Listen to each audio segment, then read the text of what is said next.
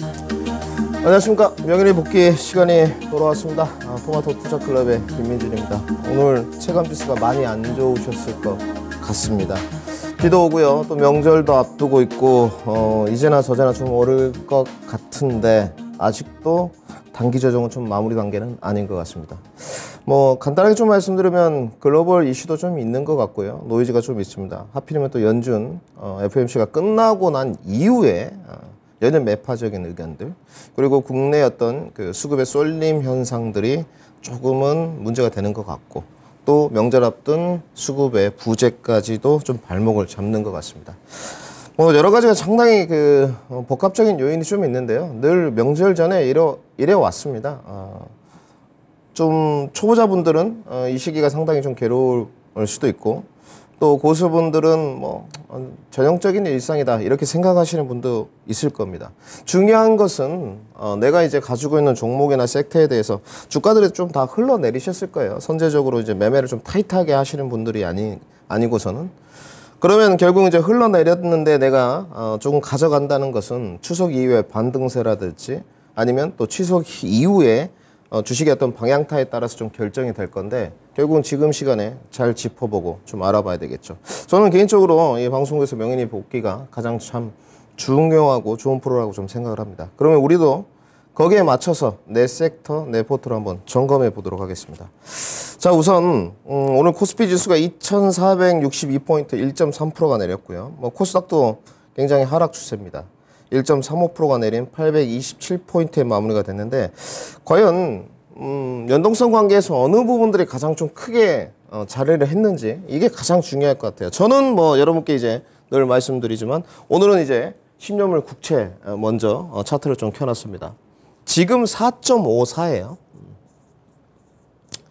요즘에 10년물 국채로 거래 많이 하시더라고요. 상당히 이제 거래가 좀 활발한 편입니다. 그나마 지금 뭐 가이던스 뭐 이런 거보다도 예측치는 5%까지 좀 가지 않겠냐, 뭐 이런 내용도 좀 나와 있습니다. 그러니까 중요한 것은 뭐 어디까지 갈지는 우리가 알 수 없지만, 결국은 지금 이 부분이 시장에 좀 중요한 방향키 역할을 좀 하는 것 같아요. 지난번에도 이제 주된 요소를 10년물 국채로 좀 봐보자 이런 말씀을 드렸었죠. 그리고 제가 이런 이야기도 했었습니다. 아니 금리 연준에서 지금 동결했는데 계속적으로 달러 인덱스가 계속 가지 않느냐, 상방으로. 정말 아쉬운 거는 그리고 이제 뭐 상황이죠. 이제 우리가 예측치였는데 이 동결 플러스 인상이에요. 이게 지금 가장 중요해요. 우리가 예측한 건 동결 플러스 동결. 뭐 이런 내용으로 좀 가졌으면 좋았을 텐데, 뭐 아직 확정된 건 아닙니다. 이 부분이 확정은 아니에요. 계속 변경될 수 있어요. 근데 지금 여기 인상에 조금 뉘앙스를 풍기는 연일 매파적인 발언들.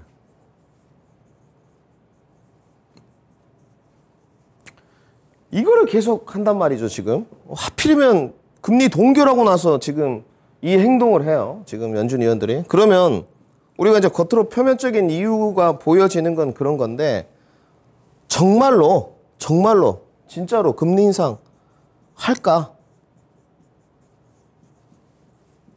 요렇게 이제 질문지를 던져본단 말이죠. 정말로 금리 인상 하느냐?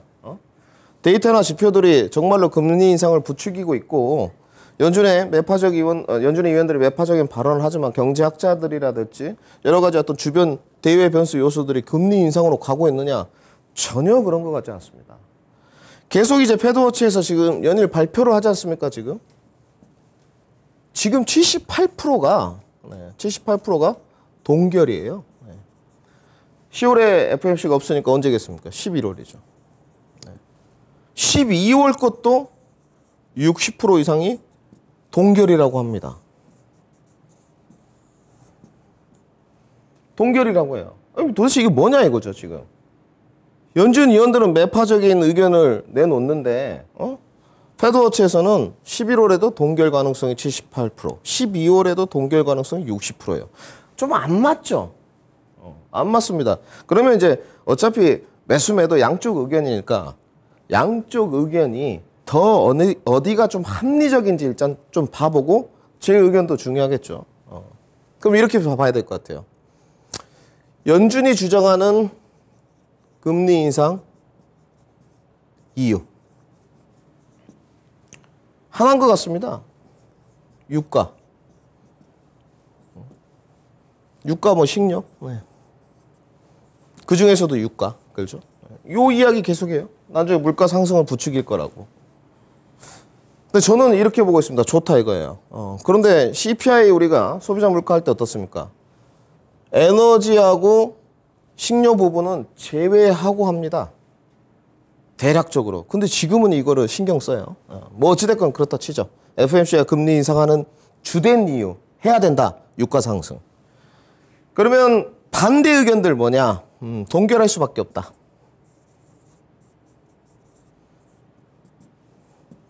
동결로 갈 수밖에 없다. 첫 번째, 셧다운. 요 이야기가 있습니다. 아니, 셧다운 하게 되면 CPI나 이제 정지가 되죠. 국방이나 치안을 제외하고는 깜깜이 아니냐.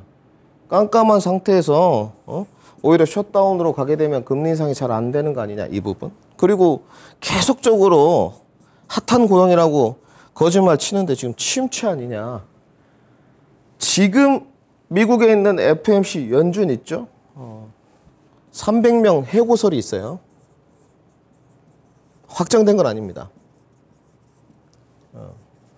오늘 제가 내려오기 전에 봤는데 연준 인원 300명 해고설이 있어요.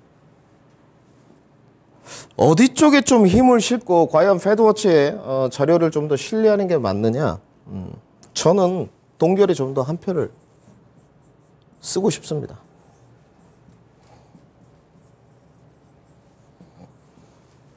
물론 제 뭐 주장이나 의견이 틀릴 수도 있겠지만 동결을 주장하는 이유가 그럼 뭐냐? 유가가 상승으로 갔던 이유가 뭐냐? 결국은 러시아 제재. 그 다음에 뭐 사우디, 오페크의 수장이니까 예시죠. 감산. 이 두 가지예요. 이 두 가지 해가지고 누가 제일 득보입니까? 지난 시간에 말씀드렸죠. 미국. 이게 다 미국이 해결할 수 있는 문제입니다. 다 해결할 수 있는 문제예요. 네. 결국은 경기 침체 책임론이 누구냐? 경기 침체. 침체라고 딱 써보고. 여러 가지 이유가 있겠죠. 뭐 행정부도 있을 거고 수출 수립도 있겠지만 결국은 근본적으로 좀 따져보면 고금리. 연준 책임인 것 같아요. 이제 그만해야죠. 이제는 금리 동조와 신경 쓰지 말고 경기 잡아야 될 때입니다. 언제까지 이놈은 물가예요. 언제까지. 지금. 그러면 지금의 어떤 단편적인 하락들은 뭐냐? 지엽적이다. 단지 그 중에서도 지엽적인 노이즈 정리를 해보면 국채, 10년물. 국내적으로 좀 가면 뭐 명절 연휴, 그죠? 명절 연휴. 이제 수급 쏠림이 조금 완화되는 과정. 이렇게 좀 보여집니다. 단지 이제 명절 앞두고 그때도 그 말씀 드렸어요. 외국인이 이렇게 불기둥 쫙 한번 솟아주면 누가 좋겠어요? 아무도 좋을 거 없습니다. 외국인한테. 그죠? 원달러 환율도 지금 엄청 높은데. 결국은 수급 견인차를 안 한다는 거죠. 그래서 지금 보시게 되면 전일 미국 증시가 이따 나스닥 차트 좀 보겠지만 반발 매수로 전일 좀 떴습니다. 단기 방등세가 좀 나왔어요. 그런데 나와 있는 재료를 보게 되면 셧다운 우려, 10월 1일이죠. 그 다음에 국채금리 상승, 노이즈가 계속되고 있어요. 그리고 제가 지금 이게 설명해 놓은 11월 금리 동결이냐 인상이냐. 연일 첨예한 대립이 있어요. 연준 위원들은 뭐 매파적이다. 금리 동결해야 된다. 가능성 열어놔야 된다. 계속 그냥 경우의 수예요. 가능성을 열어놔야 된다. 이런 부분들. 근데 패드워치는 반대로 발표해요. 계속. 금리 동결 가능성 70%입니다. 75%입니다. 78%입니다. 그러면 대외적으로 우리가 봐야 될 과정이 연준의 매파적 위원들의 앞으로 금리 인상 한 번이냐, 뭐 동결이냐 이거보다도 2024년 지금 4번에서 사회에서 2번으로 좀 내려갔습니다. 점도표를 보게 되면 인하인데 이제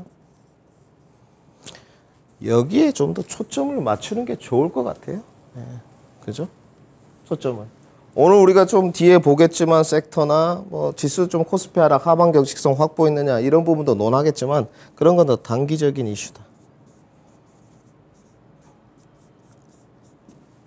물론 이제 섹터에 따라서 내가 반도체 갖고 있느냐, 내가 2차전지 갖고 있느냐, 내가 자동차 갖고 있느냐, 소외주 중에서 제약바이오 갖고 있느냐, 중국 관련주 갖고 있느냐 여기에 따라서 조금씩 차이가 있을 것 같은데 저는 큰 노이즈 아니다 이렇게 좀 보여지고요. 그러면 국내로 좀 우리가 이제 돌아와 보자고요. 국내로 뭐 나스닥 차트 모습도 중요하겠지만 먼저 코스피부터 좀 보겠습니다. 자, 오늘 코스피가 딱 변곡점까지 내려왔어요. 약간 아슬아슬해요 지금. 뚫고 장대 음봉으로 좀 더 내려가나 싶었는데 오늘 12,000계약인가요? 약. 선물 매도죠. 근데 저는 이 과정을 지켜보면서 현물을 계속 봤습니다. 현물. 오늘 현물 어땠냐? 잠깐만 우리 보고 오죠. 정말로 우리 국내에 뭔가 펀더멘탈에 문제가 있었느냐? 그죠? 1502.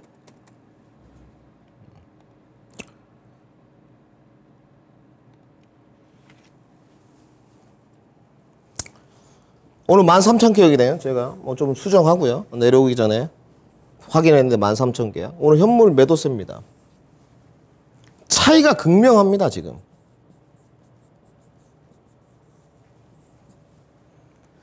외인 입장에서도 뭐죠? 외인 입장에서도 현물 매도는 지금 굳이 할 필요 없다. 굳이. 정말로 국내 증시 좀 문제가 있었고 대한민국 주식 메리트 없어. 갖다 현물 팔아야 되겠다. 그럼 이렇게 할 필요가 없죠. 여기 그냥 5천억씩 던지면 되죠. 여기도 한 2천억 던지고. 그렇지 않아요, 지금. 결국은 요거. 물론 지난달에 이제 만기일도 있었고, 롤오버한 이제 물량도 있지만, 결국은 선물에 좀 이런 표현이 격합니다만은 장난질.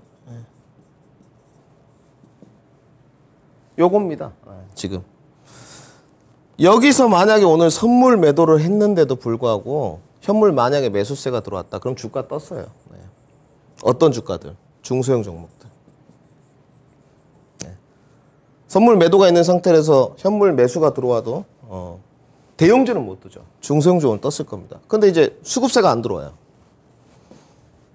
그러면 커플링 관계에서 미국과의 동조화 이런 부분도 있겠지만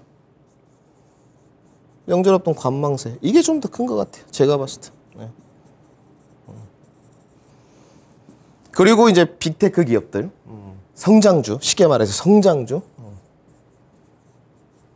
요 부분은 미국 시장에 약간 커플링을 받고 있는 거죠.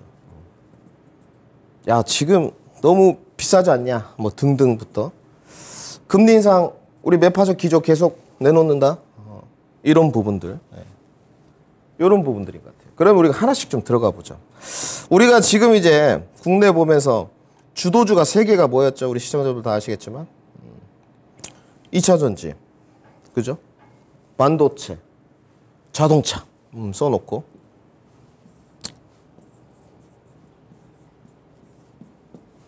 차라고 썼습니다. 어디가 지금 이 3개 중에 주도력을 좀 갖고 있느냐 섹터를 들어가면서 네. 요게 중요하겠죠.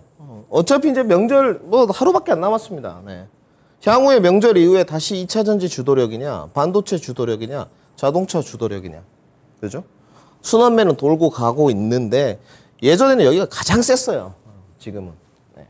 그럼 지금도 가장 세느냐 그거 한번 살펴봐야 되겠죠.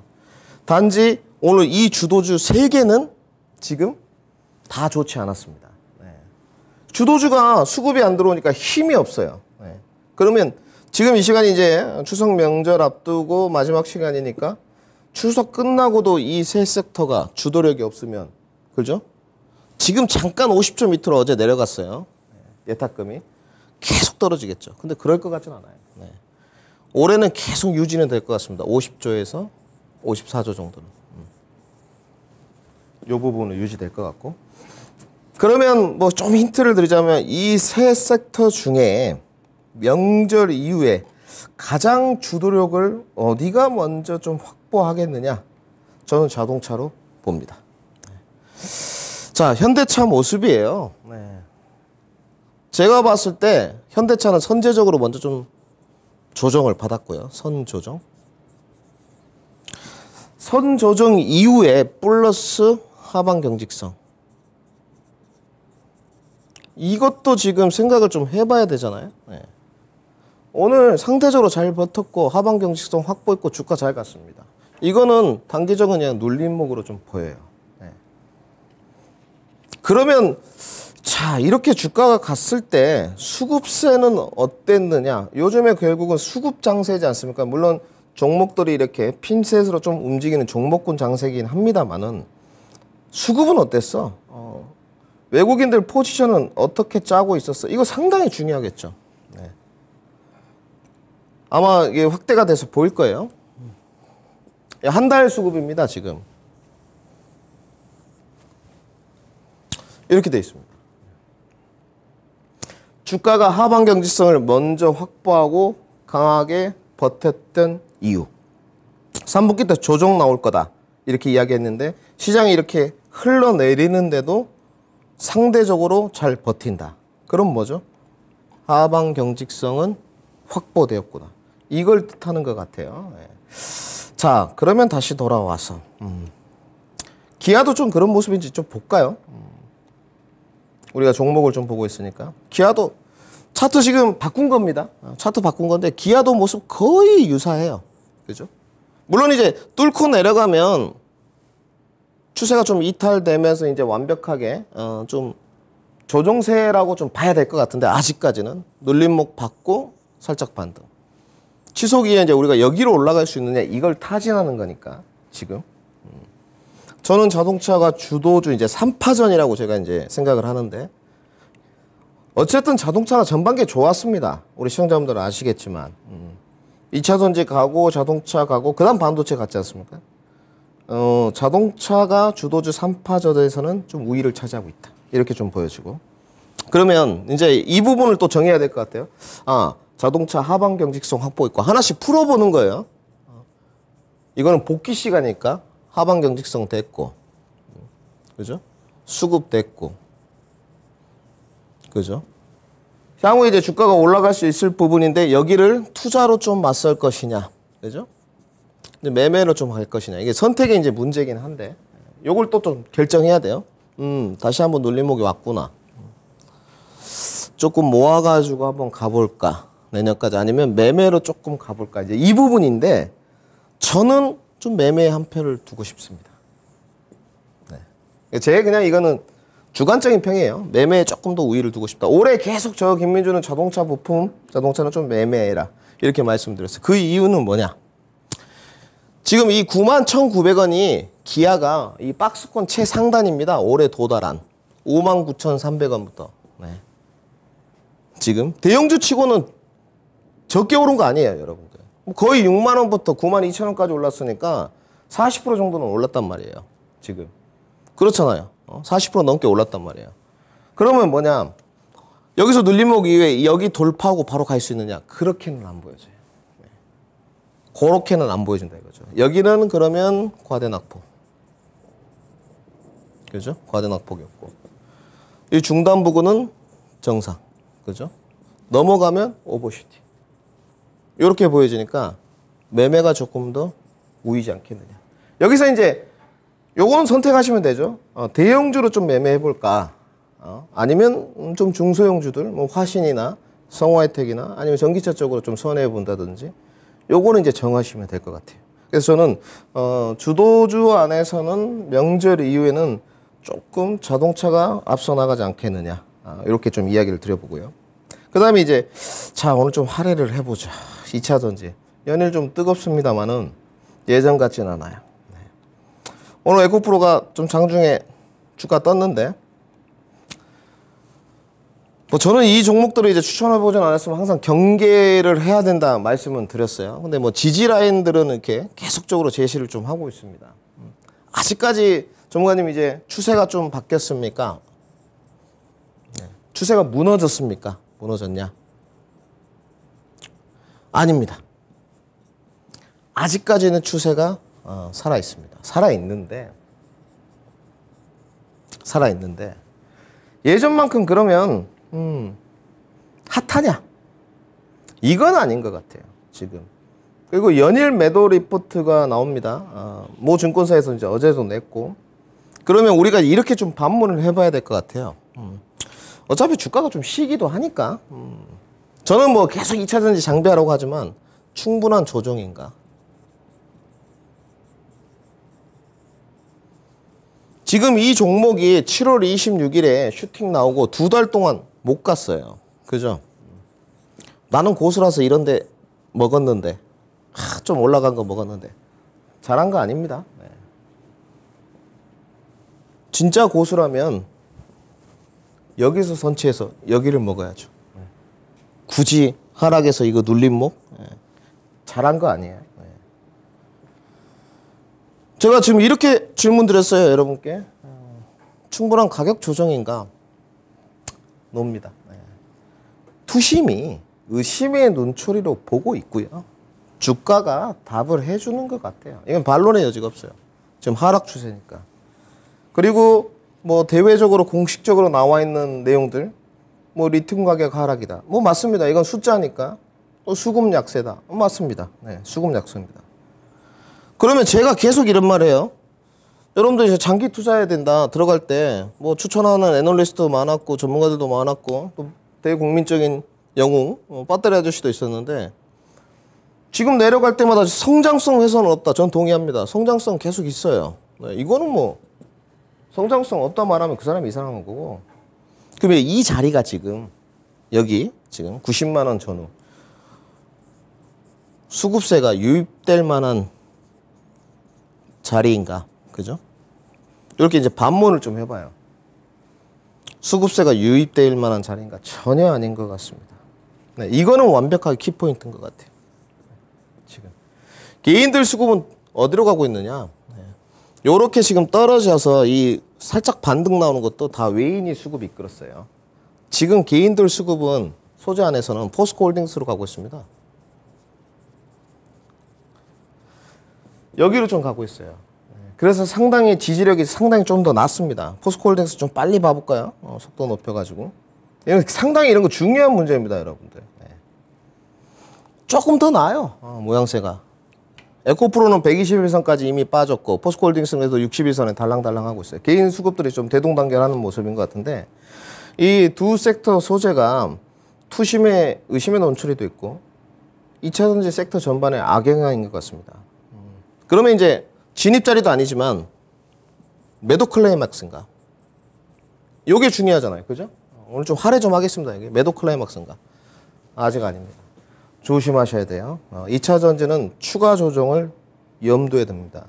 제가 계속 말씀드리지만 제가 올해 2차전지를 매매를 좀 해본 게 PNT, A-프로 처음으로 이제 말씀드리는 거거든요. 나인테크,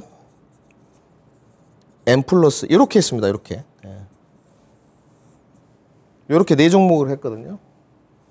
수익률 정말 좋았습니다. 더딜 동안. 선택은 여러분 몫이에요. 지금도 늦지 않았습니다. 속도를 대입하신다면 2차전지 장비를 좀 유심히 봐라. 소재 파트 아직 매도 클라이막스 안 나왔다. 투자 기간 점검하셔야죠. 자, 반도체 간단하게 언급하겠습니다. 그러면 순번이 지금 어떻게 되냐? 자동차가 1픽이면 다음 뭐냐? 반도체입니다. 그리고 2차전지. 이렇게 보시면 돼요. 재고 조정 막바지 단계고요. 반도체. 감산 규모 계속 확대됩니다. 수급 개선도 되고 있고요. 우리가 살펴볼 부분은 뭐냐? 반도체는 계속 기대감으로 갔어요. 그래서 조정받고 있는데 4분기 좋다고 합니다. 실적만 확인하시면 돼요. 우리 시청자분들 그래서 여전히 체크 포인트 반도체에서는 뭐다? 4분기 실적. 이 부분 확인하시면 된다. 그러면 이제 내일 명절에 하루 남았습니다만 명절 전에 내일 추가 가능성 있습니다. 네. 좀 열어둬야 될 것 같고요. 그 다음에 우리 시청자분들이 이제 명절 때 좀 빠지다 보니까 겁을 내요. 딱 이 격언이 맞습니다. 공포에 매수하고 환호에 경계해라. 그러면 반도체 2차 전지 자동차 주도력이 좀 상실됐는데 명절 전에 시장 지배력은 다른 데로 넘어가는 겁니까? 여전히 반도체 자동차 2차 전지입니다. 그래서 주도주 공략하실 분들은 여기서 하시고, 단지 저는 2차 전지는 장비, 소외주는 뭐냐? 제약바이오 중국 관련주를 유심히 봐야 된다까지 정리하겠습니다. 자, 여러분들 이제 명절 전에 마지막 시간인데요. 명절 끝나고 뵐 건데 내일 하루 다 잘 준비하시고, 명절 때 이번에 긴 연휴입니다. 좀 편안한 명절 맞이하시고 행복한 시간 됐으면 좋겠습니다. 토마토 투자클럽의 김민준이었습니다. 명절 끝나고 뵙겠습니다.